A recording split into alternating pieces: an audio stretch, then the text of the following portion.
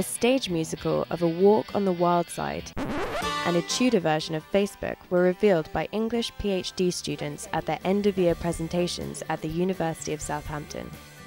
Studying for a PhD requires dedication and enthusiasm.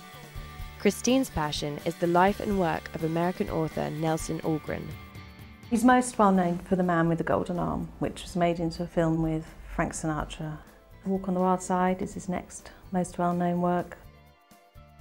Having first become interested in Nelson Algren through my work on Simone de Beauvoir and just being curious about this man who seemed to have such a bad reputation in Beauvoir scholarship and yet was obviously very interesting as far as Simone de Beauvoir was concerned, I then found that I empathised very strongly with the people of his world.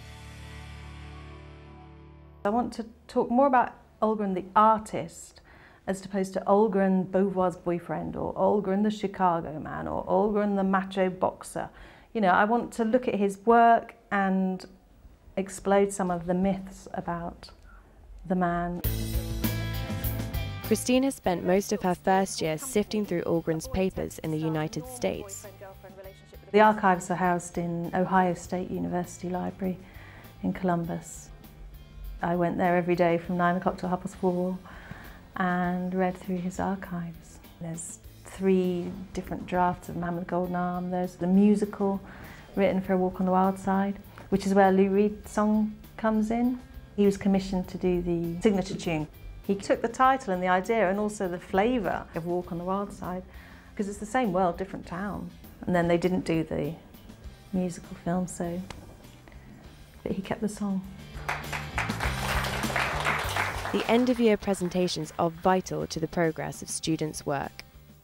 It's important that they should learn to explain their work to people who aren't necessarily expert in their particular field. The value of today was that a 16th century specialist should be talking to a 20th century specialist and vice versa, and in ways in which they are explaining the importance of their work to each other. When I first began my research into a British Library manuscript connected with St Paul's Cathedral, one of my first tasks was to begin to piece together those authors who had contributed to the collection. Louise wanted to do a project on Tudor drama, but I had a long-standing interest in a particular manuscript, and I did suggest that she looked at this manuscript because it combines drama, some traces of lost plays, a selection of poems and quite a good deal of music.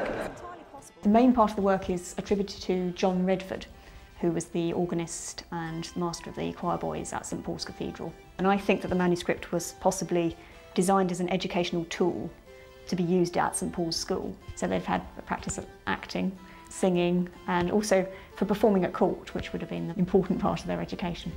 So somebody put together what John Redford had used at St Paul's during his time there, and then they added in work from other people who were around at the time.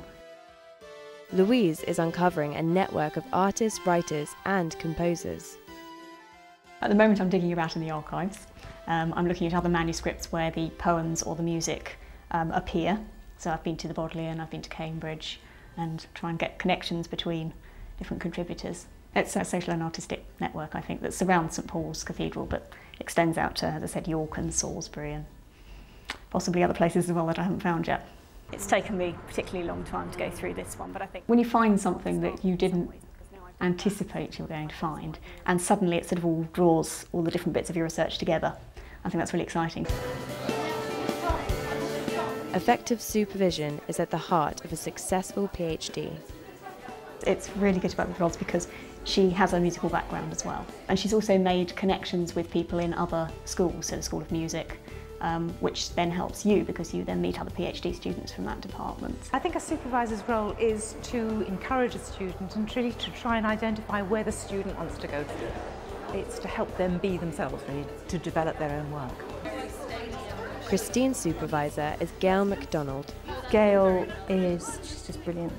She's a good critic. She is straight to the point. She tells me what I need to do, what I don't need to do.